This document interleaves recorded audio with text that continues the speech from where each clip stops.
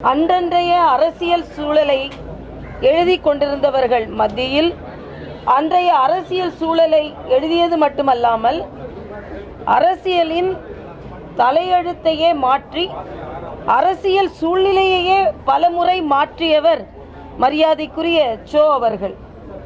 அவர்கள் துணிச்சலாக விமர்சனமாக இருந்தாலும் மிக துணிச்சலாக தனது எழுத்துக்களில் பதிய வைப்பவர். எல்லா விதிமுறைகளையும் மாற்றி அமைத்தவர். ஆடம்பரமாகத்தான் அட்டைப்படம் இருக்க வேண்டும், படபடக்க காகிதங்கள் இருக்க வேண்டும் என்றில்லாமல் எழுத்து விமர்சையாக இருந்தாலும் சரி, விமர்சனமாக இருந்தாலும் சரி, எழுத்து எழுத்தாக இருந்தால் பத்திரிகையை தொடர்ந்து நடத்த முடியும் என்பதற்கு முன்னுதாரணமாக இருந்தவர் சோ ராமசாமி அவர்கள். பத்திரிகை நடத்தியது மட்டுமல்லாமல் அவர் பல அரசியல் கட்சி தலைவர்களுடன் அவருக்கு இருந்த நட்பு பல நேரங்களில் அரசியல் மாற்றங்களை தமிழகத்தில் ஏற்படுத்தி இருக்கிறது. அது மட்டுமல்ல, எப்படி பத்திரிகை நடத்துவதற்கு ஆடம்பரம் தேவையில்லையோ அதே போல விழாக்கள் நடத்துவதற்கும் ஆடம்பரம் தேவையில்லை என்று ஒரே அறிவிப்போடு துக்ளக் விழாவை பொங்கல் வாரத்தில் 50 ஆண்டுகள் கடந்தும் நடத்தி வந்து கொண்டிருக்கிறார் என்றால் அதுவும் மிகப்பெரிய சாதனை.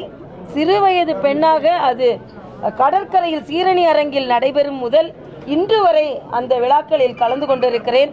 அவரின் பேச்சே அதில் உச்சகட்டமாக இருந்திருக்கிறது. மரியாதைக்குரிய நரேந்திர மோடி அவர்களை பிரதமராக முன்னிறுத்தியதில் அவருக்கும் பெரும் பங்கு இருக்கிறது.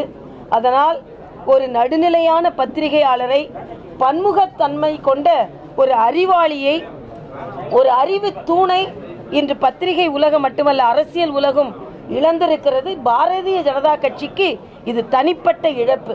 அதனால் அவரது குடும்பத்திற்கும், தமிழக மக்களுக்கும், பத்திரிகை சகோதரர்களுக்கும், ஊடக சகோதரர்களுக்கும் அவரது இழப்பை அவரை இழந்து வாடும் அனைவருக்கும் எனது ஆறுதல்களை சொல்வதை தவிர வேறு வார்த்தைகள் என்னிடம் இல்லை.